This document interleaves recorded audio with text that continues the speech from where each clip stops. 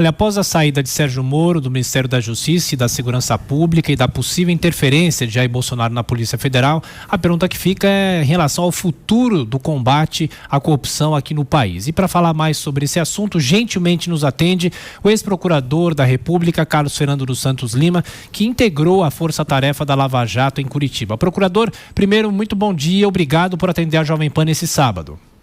Bom dia a todos. Bom, procurador, primeira a avaliação do senhor. O senhor, em inúmeras entrevistas aqui à Jovem Pan, na época em que estava na força-tarefa da Lava Jato, o senhor tem uma visão, obviamente, muito crítica de toda a situação política também. Eu pergunto, era um momento em que o Brasil vinha vivendo uma pandemia e o presidente Jair Bolsonaro resolve tirar o ministro Sérgio Moro da pasta da Justiça, tirando do governo. Eu pergunto para o senhor, essa era uma crise que poderia ter sido evitada? Por que o presidente insistiu nessa questão da Polícia Federal na avaliação do senhor? Os motivos de Jair Bolsonaro ainda estão bastante obscuros.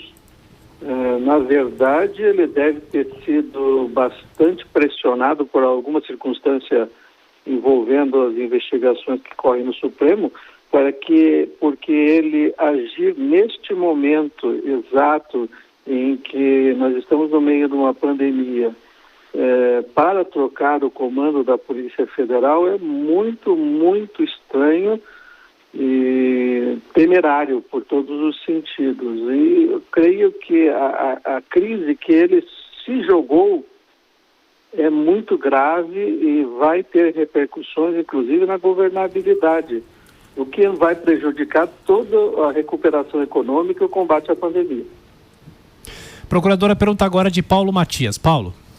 Procurador, bom dia. Qual foi a repercussão entre outros procuradores aí, pessoas que já trabalharam com o ex-ministro Sérgio Moro a respeito disso? E quais são as consequências que o senhor acredita jurídicas de todo esse processo aí da demissão do ministro? Primeiro que nós todos que trabalhamos com o Sérgio Moro conhecemos o seu caráter, a retidão e desde o começo destes fatos, destes acontecimentos, nós sempre mantivemos uma posição de apoio às suas decisões. A decisão muito difícil que ele tomou de sair do governo era, na minha opinião, e na opinião de boa parte dos procuradores com quem eu conversei, uma decisão necessária. A responsabilidade de Sérgio Moro, a sua história, o seu caráter, não iam permitir que uma intervenção daquela forma, ainda mais com o motivo explícito de acessar informações sigilosas de inquéritos policiais que correm no Supremo, torna a situação absolutamente irreversível. A única coisa que Sérgio Moro poderia ter feito, e com nossa compreensão, nosso apoio, era ter pedido demissão efetivamente.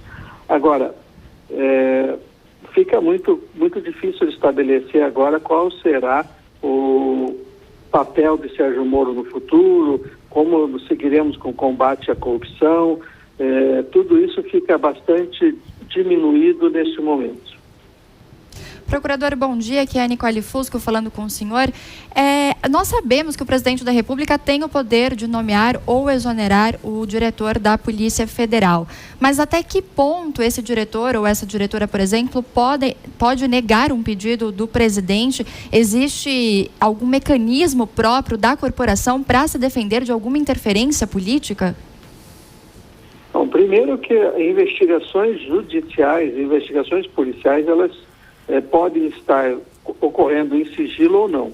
Se elas ocorrerem em sigilo, nem sequer o diretor-geral da Polícia Federal pode tomar conhecimento. Quanto mais o ministro da Justiça, e pior, o presidente da República. Isto é um mecanismo, esse sigilo especialmente nas investigações do Supremo, são necessárias para que se evite o uso político dessas informações. O presidente da República é um homem político, exerce um cargo político. A Polícia Federal, infelizmente, não está tão protegida desse tipo de pressão como o Ministério Público ou o Poder Judiciário. Quem defende a Polícia Federal é o Ministro da Justiça. Sem o Ministro da Justiça que efetivamente compreenda isso, nós podemos ver um acesso ilegal a informações sigilosas e com o objetivo de uso político. Isso é inadmissível no Estado Democrático de Direito.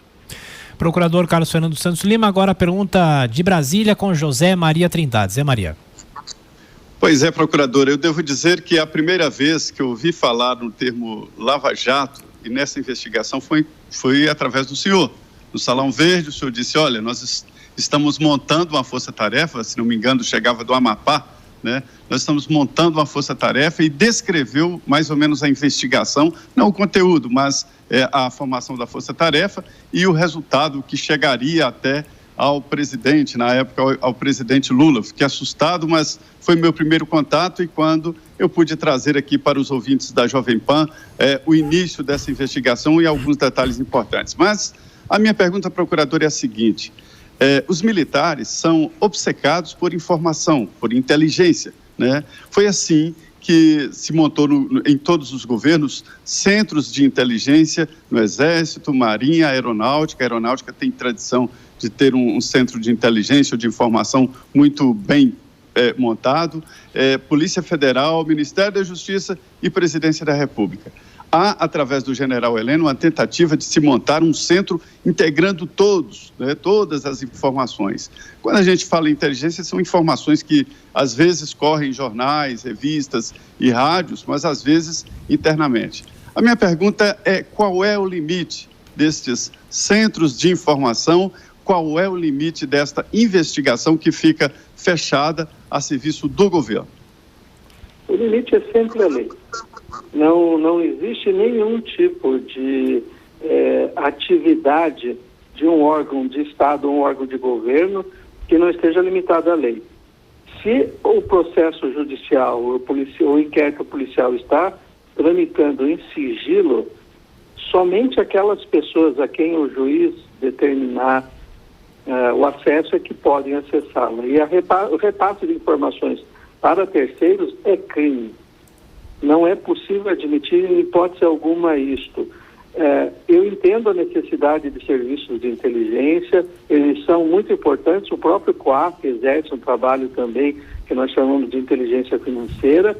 Nós compreendemos perfeitamente isso no Ministério Público, no Judiciário, mas tudo está regrado pela lei. E a questão maior que fica nesses centros de inteligência é que eles têm um objetivo de assessorar decisões de Estado e não decisões de governo, decisões específicas de um interesse político, às vezes mesquinho ou político partidário apenas. Então nós temos que tomar muito cuidado, porque o poder do Estado não pode ser usado para favorecer pessoas ou partidos políticos. Procurador, no entendimento do senhor, o presidente da República cometeu algum crime? Os diversos fatos narrados ontem pelo ministro Sérgio Moro, alguns deles que vão ser agora apurados por um inquérito no Supremo, podem configurar crimes comuns, mas a grande questão aí é a atitude do presidente em impedir a troca do diretor-geral da Polícia Federal para colocar no local uma pessoa que lhe desse acesso a informações sigilosas. Isto, na minha opinião, configura crime de responsabilidade, que não creio que vá tramitar na Câmara efetivamente, mas configura uma hipótese de crime de responsabilidade clara. Paulo Matias. Procurador Carlos, o senhor tem alguma opinião ou conhece o Ramage, né, o novo indicado aí para a Polícia Federal? O senhor tem alguma avaliação sobre o trabalho dele? É uma pessoa que dá continuidade à Operação Lava Jato, às investigações, enfim. Qual é a sua avaliação sobre esse novo indicado?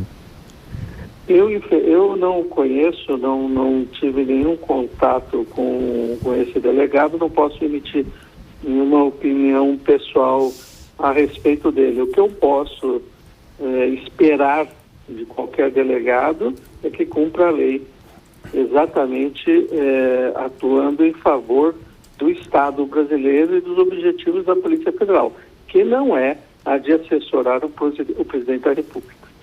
Procurador, para a gente fechar nossa entrevista, Zé Maria Trindade com a última pergunta. Zé Maria. Eu queria saber do procurador se esse tipo de raciocínio, de postura do governo federal pode interferir aí na Lava Jato, que ainda está na ativa. A nossa preocupação maior como procuradores, agora eu como advogado, mas todas as pessoas que lutaram contra a corrupção, é de nós termos uma mudança real no país. Infelizmente, nós tivemos as medidas contra a corrupção assassinadas na Câmara dos Deputados, nós tivemos as novas medidas contra a corrupção simplesmente ignoradas pela nova legislatura, mas nossa esperança é sempre que haja mudanças. Infelizmente, o combate à corrupção não é fácil, e ela é feita no dia a dia aqui em Curitiba, em São Paulo, no Rio de Janeiro, por procuradores nos casos, mas também é feita por toda a população quando se manifesta a favor dessas medidas. O que eu espero é que nós retomemos, depois de um ano ou dois, nos últimos 2 anos, de muito intensos ataques contra a Lava Jato, que nós retomemos agora a dianteira, retomemos a pauta anticorrupção efetivamente, mostrando que não é uma pessoa que vai mudar, mas sim precisamos de uma mudança de toda a estrutura do sistema político brasileiro. Conversamos na Jovem Pan com o ex-procurador da República, Carlos Fernando dos Santos Lima. Mais uma vez, procurador, obrigado por nos atender. Bom fim de semana. Obrigado, bom fim de semana a todos.